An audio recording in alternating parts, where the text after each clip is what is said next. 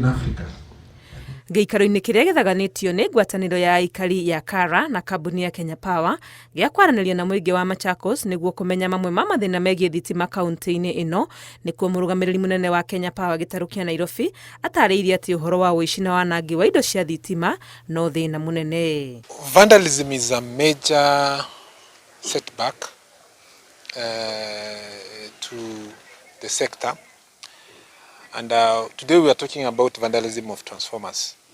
We highlighted that Machakos last year we lost 25 transformers, and the other year we lost 30. But globally, in Nairobi for the last 1 year we lost close to 85 or so transformers. That is just for transformers, but it's bigger than transformers, because in Nairobi we have the infrastructure itself, the 66 kV network, the towers that are there.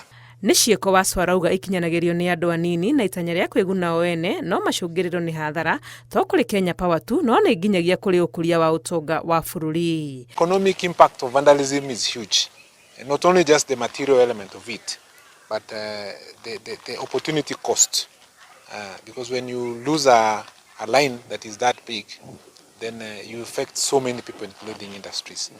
So I would quantify it to be quite significant, in the ranges of hundreds of millions, because of even the unquantifiable loss of the manufacturers and the rest of it.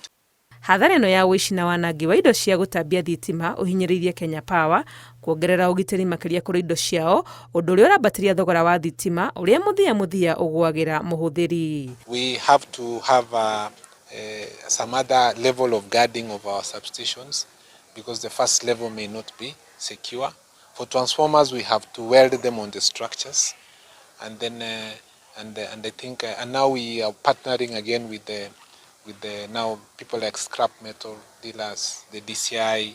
The security element in terms of the cost of the business in terms of security is quite significant because of the threat that is caused by vandalism. Machakos nĩ kũmwe gwa kũrĩa kambuni ya Kenya Power ĩthondekaga mbeca nyingĩ iria ciringi bilioni 2 oro mweri kuma kũrĩ ahũthĩri a thitima matanyihĩire 400,000, na gĩikaro gĩkĩ nĩ kĩhete ahũthĩri aya mweke wa gũtetia ũtungata wa Kenya Power na kuga ũrĩa mangĩenda ũgacĩrithio.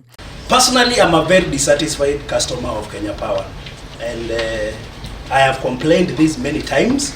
My complaint has landed to Dr. Sirol's office, and it is on how you undertake your disconnections. It is very, very unprofessional, extremely unprofessional. About delayed connections, he advised that it's also incumbent upon the customer to kind of call to account the KPLC officers to move the speed. Now I request him to clarify, because hapo ndio sasa shetani anaingilia saa nyingine. Mnaanza kuongea mambo ya how to push them. Kuma gũkũ Machakos, Kara maugĩte cikaro o ta ici nĩ ikwerekerio kaunti-inĩ ingĩ nĩguo kũhe mũingĩ mweke wa kwaranĩria na Kenya Power. Ngĩribotera Inooro TV, rĩtwa rĩakwa nĩ Wangui wa Mwangi.